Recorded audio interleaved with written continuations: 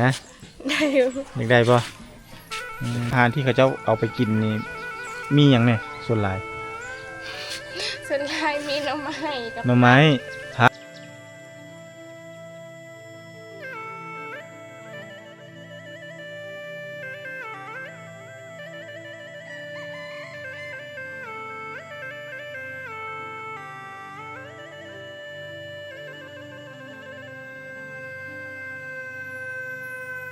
ไอ้ลาคนจะมีเด้อกลับคนเด้อฟีด พรก่อน ฟีดได้แล้ว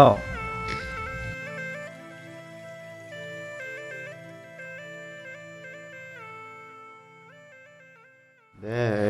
เฮ็ดธรรมชาติอุ้ยคนอันนี้งามอลีงามกระเดียงามกระโดอันนี้เนาะเอาเด้อ1 2 3เอายิ้มมาดิยิ้มงามๆเลยยิ้มงามๆให้เห็นแค่พร้อมยิ้มเห็นแค่กระจังนะตัวสุดยอดเลยเนาะสุดเย็กเลยพุ่นงามเอาถ่ายผู้เดียวมานี่มาถ่ายผู้เดียวเนาะ1 2 3ปาตะโอลาสุดยอดเลยนี่โอ้ได้พักมีซีโซหลายแท้นี่จะเอาไปทางไหนนี่ฮะ เอาให้ลูกสาวมือบ่แม่ ให้ลูกสาวเอาเมื่อบ่ เอ้ยนั่งกันย่อยเพิ่นสิมือบ้านบางควาย สิมาบ้านบางควายทาง ได้จากมือแล้วมาอยู่พีนมายำนี่นะมือนึงมาว่านนี้บ่อ๋อมื้อนี้คืนห้าง นี่ครับ เดซิ่งได้มือ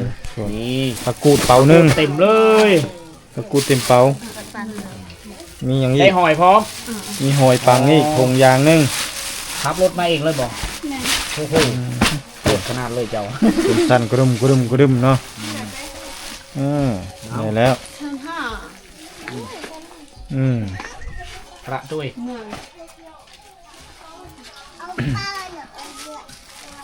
นี่คือนี่แหละการมายามครบโคยามพ่อยามแม่นะกลับมาบ้านเกิดเมืองนอนสิ่งที่ถูมือนี่ก็คือมีพิเรลายทุกคนนะนอกจากผักมีซีซอมนะเครื่องปลูกของฝากจากธรรมชาติ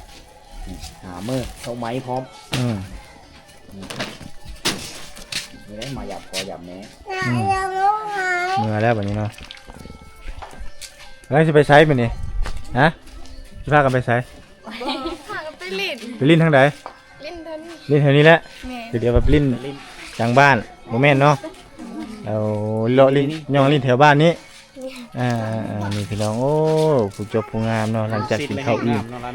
นี่แหละเอกลักษณ์อย่าให้นุ่งมันนี่แหละนุ่งสิ้นพี่น้องเลยโอ้ยสุดยอดเลยเนาะเป็นสาวบ้านป้าของแท้เลยสาวบ้านป้าคาโดนเนาะเราจะถ่ายรูปกันได้ตอนนี้เนาะถ่ายรูปแล้วก็นี่เนาะคักไปถ่ายอยู่คันใดอยู่คักนะเนาะมันเป็นธรรมชาติเด้ไปนั่งคันใดนะจบผู้งามนั่งอยู่คันใดพี่ถ่ายคลิปถ่ายรูปจะงามนี่แหละโอ้นี่ละคักนั่นงามเลยเบิ้งถ่ายไว้แล้วสิส่งให้เด้อดงครัวเนาะสองสาวเด้อดุงครัวเด้อพี่แนมกล้องให้1 2 3แคปเจอร์แม่นอ่ะ1 2 3นี่เอาให้เจ้าเบิ้งมานี่ยังได้อยู่วะฮะ ได้อยู่ ยังได้ป่ะโอเคเนาะเดี๋ยวเขาบรรทุกส่งเถอะอาจจะส่งให้เด้อน้อง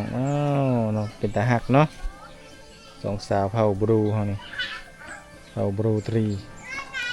หัวเพียงเลยหัวเพียงกันเลยเนี่ยหัวเพียงกันเลยเธอเจ้าเนาะสามเอ้ยกับน้องแต่จริงเป็นหมู่กันเด้เนาะเนี่ยอยู่บ้านวันนี้บ่ได้ไปใส่บ่ได้ไปเบียไปงานทางไหนเท่าก็จะได้เดินทางกลับเนาะไอ้เจ้าเนาะกลับไปพักผ่อนก่อนเป็นบ่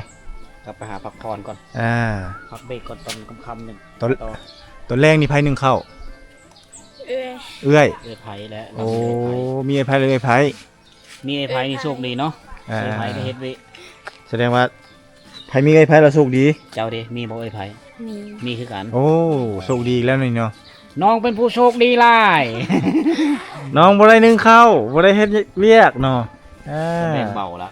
แบ่งเบาภาระ และแบ่งเบาภาระ มื้อนไปไสมื้อน มือนไปหุดค่ะ ฮูดข้าวไผ พูดบ่บ่ได้เกี่ยว มือ ฮูดข้าวหมู่อันนี้เด้ คือการ คือกัน เอา ไปนํกันบ่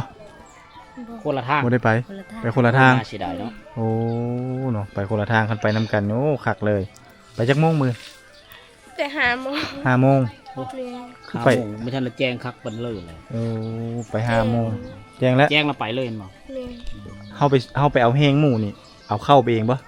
เอาเข้าเอง โอ้เอาเข้าเอง การกิน อาหารได้ปะเนี่ย กินทุกคน อาหารแล้ว อาหารลาว อ๋อ แม่ โอ้มีแต่สมมติว่าอาหารที่เขาเจ้าเอาไปกินนี่มีอย่างเนี่ยส่วนหลาย ส่วนลายมีหน้ำไม้กับ หน่อไม้ผัก แม่ พักเข้าไปหาได้เนาะ โมเมนต์เนาะว่ามีเป็นเป็ดเป็นไก่เป็นนี่มีบ่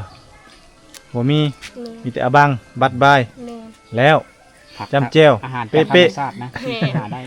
นี่พี่น้อง จุบุจุบุเลย จุบุจุบุเนาะเอาแล้วติดแล้วบัดนี้จุบุจุบุเนาะ กินอาหารตามธรรมชาตินะที่หามาได้แถวไห้เขาน่ะส่วนหลาย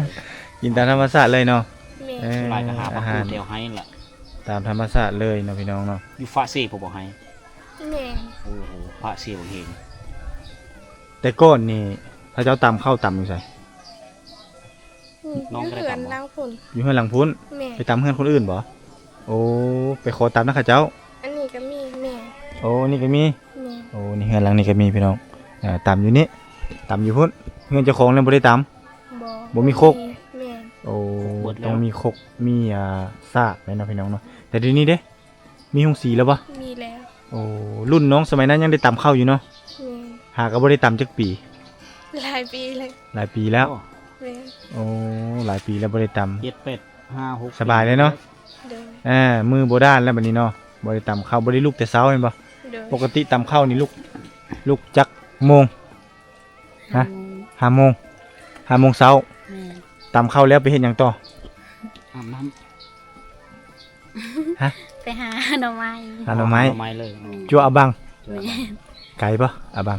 กัน ไก่เนาะ บ่รุย บ่เลยไปหาหน่อไม้เนาะเวียกงานของเพิ่นก็บ่ธรรมดาพี่น้องเนาะเพื่อสิได้แล้วเวียกผ่านไปแต่ละมื้อแต่ละเว้นน้องสาวนี่แหละเฮาบ่มาเฮาก็บ่ฮู้เนาะบ่มาตามติดวิถีชีวิตเฮาก็บ่ฮู้ว่าเพิ่นเฮ็ดหยังมื้อนี้ถือว่าโชคดีเด้ก็ไอ้สิหอมได้ แม่ เดินทางมาแล้วเห็นน้องสาวเพิ่นอยู่เฮือนทั้งสองสาวเนาะ คืออยากติดต่อหาแต่มื้อก่อนๆเนี่ยเฮาไม่ได้เฟซได้ไลน์กัน อยากมาแต่เมื่อคืนนี้เห็นนะเห็นการยังมาแต่เมื่อคืนนี้แต่ว่าเดี๋ยวน้องสาวเพิ่นสิเมื่อยให้เพิ่นไปอิงนั่นซะอิงนั่นไอ้สัมภาษณ์อีกจังน้อย เพราะว่าดนได้มาและจังไปลินน่ะนี่อิงอยู่นี่ที่นั่งนี่อิงอยู่นี่ไกลๆเนี่ยไปเขาเจ้าแต่งอยู่โคกกินหมดเลย อันนี้นี่เขาเจ้าเฮ็ดอีหยังนี่แต่ก่อนนี่ฮะ เอาแห้งหน่อไม้ เอาแห้งหน่อไม้ แม่ โอ้ตากหน่อไม้แห้ง แม่ ก็คือเอาหาหน่อไม้มาแล้วก็เอามาต้ม แม่ แล้วก็เอามาฝานแล้วก็ตาก แม่ โอ้ใส่สังกะสีแผ่นสังกะสีเนาะน้องเคยไปหาปะเคยไปปะ เคยไป เคยมาสอง แม่ โอ้ ส่วนหลายเป็นหน่อไม้ยังเอามาหน่อไม้ไข่ หน่อไม้ไผ่ หน่อไม้อันนี้เอาบ่ไม้มีหยังไม้ห่อนี่ก็เอาบ่ บ่เอา เขาบ่เอาเนาะ หน่อไม้ไผ่ หน่อไม้ไผ่ ภาษาเจ้าเอิ้นหน่อไม้หยัง อบังสรัง อะบังสรัง อาบังสรัง อะบังสรอง อืม บ่แม่นสรังเนาะ อาบังสรัง อะบังสรองพี่น้องเนาะไปหาหน่อไม้มาขายเนาะถือว่าหามาแล้วนี่ปุ๊บนี่เอามาตากมาเฮ็ดขายปุ๊บนี่บัตรเงินนี่สมมุติว่าน้องเป็นผู้ไปหานี่เงินนี่มอบให้น้องบ่ แม่หมอกพี่ หาเองบ่หรือว่าให้แม่ มอบให้แม่ ให้แม่โอ้แสดงว่าบ่ได้ใช้ ใส่ มีแต่ถ้าสมมุติว่าเฮาอยากได้ แม่ จะได้ยังเอาน้ำแม่ จะได้สบู่บ่จังซี่เนาะหรือสบู่ล้างหน้าครีมล้างหน้าบ่นั่นนี่แหละขอนะแม่ แม่ แม่เราให้โอ้เอาให้ลูกคือเก่า แม่เป็นผู้เก็บเงิน แสดงว่าให้แม่เป็นผู้เก็บเงินเนาะพ่อนี่พ่อก็เก็บเงินอยู่บ่ บ่ ฮะ บ่ บ่เก็บโอ้บางคนก็บ่เก็บเนาะ บ่วิอันนี้น่ะแม่นมอบให้ผู้เป็นแม่ลูก อืม วัฒนธรรมของเขา ให้แม่เนาะ แม่น เป็นผู้รักษา เฮ็ดเงินประเภทนี้เนี่ยแม่น่ะเฮ็ดกับลูกน่ะ นี่พี่น้องเฮาก็ได้ฮู้เฮียนฮู้หลายอย่างเด้เนาะก็คือโตแต่เฮายังน้อยหั่นแหละเนาะหาเงินหาค่ำมากอะบ่เก็บเองคันเก็บเองนี่บ่อยู่ถุงได้เนาะไปซื้อขนม แม่ เห็นบ่ไปซื้อบัตรเห็นบ่แต่ละเทื่อไปได้จักพันไปหาหน่อไม้นี่ ลายอยู่ ฮะ ลาย ได้ประมาณจักพัน ได้2-3-4 แสน โอ้ได้หลายเนาะไปเทื่อเดียวนั่นเด้ เถื่อเดียวได้2 แสน โอ้ เดือนละ200,000 300,000เท่านั้นละ โองใส่กระพร้ามาเลยแมันบ่ตัวใดตัวที่เจ้าโองหน่อไม้นะฮะ อันนั้นบ่ อันนั้นบ่ แม่ โอ้ใส่กระเป๋ามาเลย อันจ้อย อาจอยเห็นปะอาจอยเนี่ยโอ่งใส่นั่นมาเลย เขามาซื้อโลเท่าไหร่ปีนี้ โลละแสน โลละแสนแล้วเนาะ โอ้ แม่ เอาไปถามอยู่บ้าน ส่ว นั้น เราแต่ว่าได้มือละ2-3 แสนนั่นละ เออเพราะว่าหน่อไม้แห้งในโลละแสนแล้ว แม่น ฮู้อยู่ว่าเขาจะเอาไปเฮ็ดหยังกินหน่อไม้นี่เฮ็ดเมนูหยังไงบ่ฮู้เลย จะเคยไปบ่เวทยังบ่เคยเนาะ บ่เคยไปเวียดเนาะ อาหารอยู่เวทเฮาไปลองไปเบิ่งเด้อหรือว่าอาหารอยู่แถวซีปูนก็มีส่วนหลายก็มักซื้อเนาะ อีหยังคั่วสิบ่ ประเภทเขา ข้าวกล้อง เขาลาดจานเขาลาดหน้า โอ้ นี่นะ ข้าวราดหน้า อืม โอ้สิเฮากินตลอดนั่นได้ แม่น หน่อไม้อันนี้บ่ บางเทื่อเขาก็เอาไปพัดไปวิชังซื้อ อืม เสื้อน้ำมันเสื้อ แต่เฮาละบ่ฮู้เนาะแนวเฮ็ดกินเนาะ แม่น มันเขาเฮ็ดกินแล้วคือว่าแซ่บๆเนาะ อาหารเวท อ่า กินแล้วแซ่บแล้วก็เฮ็ด นี่แหละพี่น้องเอ้ยเฮาก็ได้มาสอบถามเพิ่นหลังจากกินข้าวกินน้ำแล้วเนาะเพื่ออยากให้FC ทุกท่านนั่นแหละเนาะเอ็นดูแล้วก็ลุ้นเคยฮักเพลงกับทั้งสองสาวเพิ่นสองสาวอย่าฟ้ารำคาญจ้วยเด้อฮะยังบ่ทันรำคาญติ บ่ ยังบ่ทันเบื่อติยังเนาะคันเบื่อแล้วได้เนี่ย FC บ่ได้เห็นหน้าอยู่เจ้าได้นี่เนาะอย่าฟ้าวมีครอบครัวเด้อ โดย คันมีก็บอกจ้วยแน่จ้วยสิมาให้ไปส่ง โอ้ยส่งคนอื่น ส่งนาง คน เนาะ อื่นโผล่เลย ข้ามน้ำข้ามทะเลจ้วยก็ไปเด้เนาะส่งข้าวหมดส่งเด้อทั้งน้องน้อยพร้อมแล้วก็น้องย้อยพร้อมเนาะระย้อยภาษาบรู ละย่อย ระย้อยระย้อยแล้วแม่นลูกสาวล่าเนาะอันนี้ก็ลูกสาวล่า ลูกสาวดี ลูก ลู สาว กสาวเดียวอีกโอ้ ลูกสาวกลาง กลางบ่เ ผู้ที่สองที่สามประมาณนี้แหละ ทั้งล่าทั้งกลางอยู่ครบอยู่ในนี่หมาเลยพี่น้องเนาะสาวเผ่าบรูสาวงามบานป่ามีอย่างอยากบอก FCI เนี่ยปะทั้งสองเลยมีอยู่ปะฮะมีอย่างอยากบอกอยู่ปะบ่ฮู้ จัก ชื่อ ได้ เอา สิเว้าเนาะ อืม บ่ติเพิ่น ก็บอกแล้วบ่ฝากกัน กินฮอดคอยเด้อว่าซั่น อย่าฟ้าวลืมอย่าฟ้าวเบื่อน้องๆเด้อสิละเนาะฝากติดตามผลงานของน้องนี่เด้อนี่เนาะพี่น้องผู้จบผู้งามเราแบบเนาะ งามโอลึมาทั้งสองเวลานุ่งสิ้นคุณน่ะตัวเนาะมันละเป็นสาวงามบ้านป่าของแท้เลยสาวบ้านป่าคาโดนละพี่น้องเอ้ยนี่ ส่วนบ่ทุกสิ่งทุกอย่าง เนาะมาหูตัวนี้ยังบริถ่ายเลยได้อ้าวลองถ่ายหูไม่แน่เลยจะหูจะพูดได้ เอาเบิ่งได้ท้ายบาด เซตคักบาท เสร็จจะคัก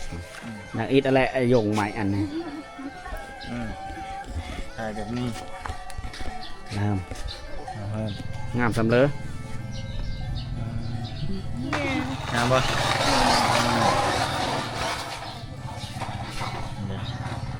งามปะนี่ งามซ้ำกันเลยสองสาว ยังอยู่เป็น จุกงามนี่เบิ้งความงามของสองสาวนะนั่นละไอ้ลาก่อนเดี๋ยวนี้เด้อกลับก่อนเด้อ ไป ฟิต พรก่อน ฟีดได้แล้วเนาะเดี๋ยวติดต่อหาทั้งสองน้องไอ้มามือหน้าเนาะไอ้สิติดต่อหาล่วงหน้าอีกเนาะไอ้สิไปหาเด้อน้องสิเฮ็ดไปเฮ็ดเวียกหยังมื้อนี้เนาะ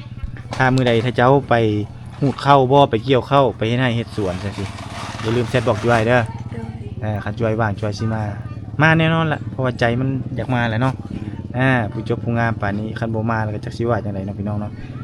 บ่ว่าแต่ท่านผู้ชมบ่ตุกก็คิดฮอดคิดถึงน้องๆเพิ่นคือกันได้อนี่ได้แต่ว่าสิหอมเพิ่นขอลากลับก่อนเด้อวันนี้เด้อกลับอลีแล้ววันนี้เนาะไปพักผ่อนก่อนแล้วยังสิได้เดินทางโตอ น้องสาวกับพักพร น้องถาวก็พักผ่อนตามอัธยาศัยเนาะโอเคบ๊ายบาย